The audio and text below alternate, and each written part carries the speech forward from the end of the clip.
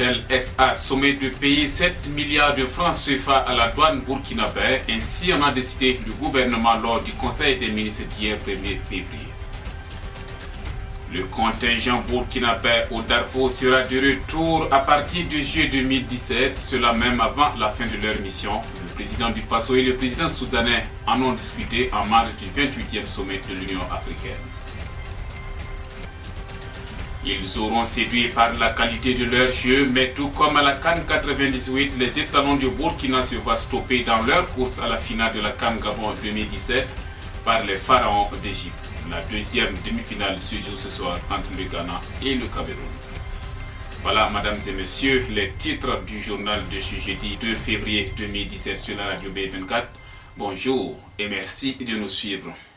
L'Office national des télécommunications, Onatel SA, a été sommé de payer 7 milliards de francs CFA à la douane burkinabé. Cette décision du gouvernement découle du litige qui oppose la douane et l'Office national des télécommunications suite à la fusion de cette dernière à Telmob SA.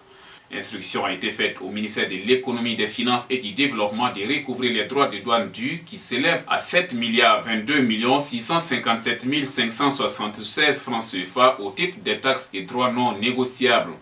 À ces droits de douane pourraient s'ajouter des amendes selon le porte-parole du gouvernement Rémi Fulgence Danguinou, pour qui, selon la loi, les amendes peuvent aller jusqu'à 3 fois le montant. Outre cette décision, le Conseil des ministres a adopté le plan de riposte à une éventuelle épidémie de la méningite. Ce plan, selon le porte-parole du gouvernement Rémi Fulgence Danguinou, a été adopté et prend différents points en compte. Il s'agit de la surveillance épidémiologique, de la prédisposition des médicaments réactifs et consommables, mais également d'une accentuation de la campagne de sensibilisation pour la prévention.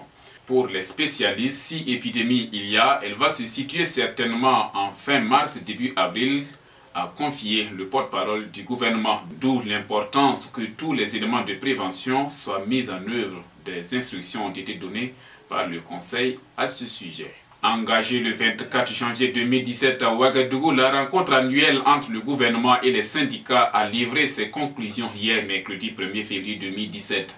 Les concertations ont abouti à des engagements du gouvernement, selon une source syndicale, sur les 56 points de négociation qui étaient à l'ordre du jour. Depuis le 24 janvier 2017, c'est une vingtaine qui a connu une avancée sensible. Les conclusions ont fait état surtout des engagements pris par le gouvernement vis-à-vis de ses interlocuteurs représentant le monde du travail.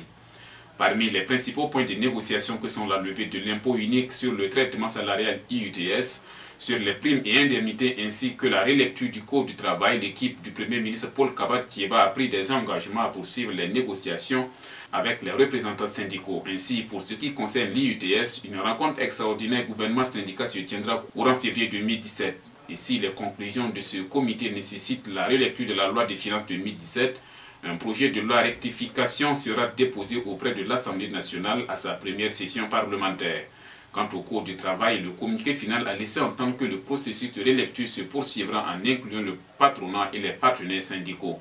Le projet de loi portant Code du travail sera soumis à l'appréciation de la deuxième session parlementaire. Au titre des autres engagements du gouvernement, notamment dans les secteurs de l'éducation et de la santé, l'exécutif a promis l'acquisition de 135 bus au profit des instituts d'enseignement supérieur et 150 bus pour améliorer la mobilité urbaine. En outre, l'État burkinabé s'engage à mettre fin à l'existence des écoles sous paillotte au plus tard en 2020.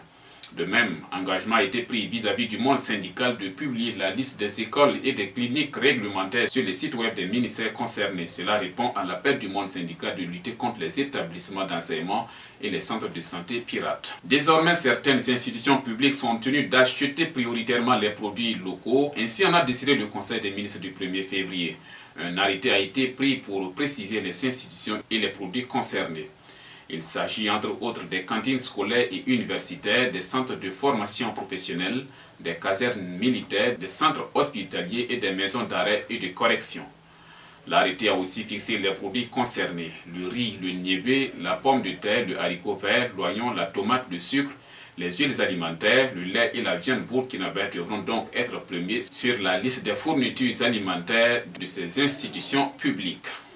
Un appel a enfin été lancé aux exportateurs à soutenir l'écoulement des produits locaux en cas de surproduction des céréales et des légumineuses. Cette décision du gouvernement vise à soutenir les entreprises et producteurs burkinabés, notamment dans le domaine de l'agriculture et du sucre qui éprouvent des difficultés d'écoulement de leur production. En marge du 28e sommet de l'Union africaine tenu à Addis Abeba, le président du Faso Roch Marc Christian Kaboré a eu un entretien avec son homologue soudanais Omar al-Béchir. Les deux chefs d'État ont discuté du retour du contingent burkinabé déployé au Darfour. Roch Marc Christian Kaboré a informé le président soudanais du retour avant terme des 850 soldats burkinabés déployés au Darfour pour contribuer au retour à la paix à partir de juillet 2017. Leur mission au Darfour prendra ainsi fin avant terme après les négociations avec l'Organisation des Nations Unies. En proie à de nombreux défis sécuritaires, le Burkina Faso a jugé bon que ses soldats puissent revenir apporter leur contribution à la stabilité du pays, a indiqué le ministre de la Diplomatie Alpha Bari. En rappel, 3 bataillons burkinabés sont en mission de maintien de paix en Afrique, dont 2 déployés au Mali. Hors de chez nous, l'opposant congolais Étienne Tshisekedi est mort hier à Bruxelles à l'âge de 84 ans. L'opposant historique avait été un proche de Mobutu avant de dénoncer le régime zaïrois à travers son parti d'opposition l'UDPS et de contester d'abord Laurent Désiré Kabila, puis son fils Joseph, l'actuel dirigeant. Après 30 années de lutte dans l'opposition, celui qui aspirait un jour diriger la RD Congo a passé l'arme à gauche, laissant derrière lui un pays en pleine négociation politique destiné à permettre un régime de transition à la suite du maintien au pouvoir du président Joseph Kabila. Nous terminons ce journal avec du sport. Les étalons du Burkina Faso ne joueront pas la finale de la CAN 2017.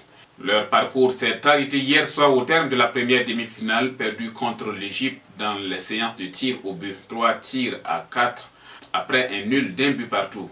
Dominateurs séduisants dans le jeu, ils l'ont été, mais une fois de plus, comme en 1998, les étalons se sont butés à l'ogre égyptien qui va jouer sa 9e finale de CAN dimanche prochain.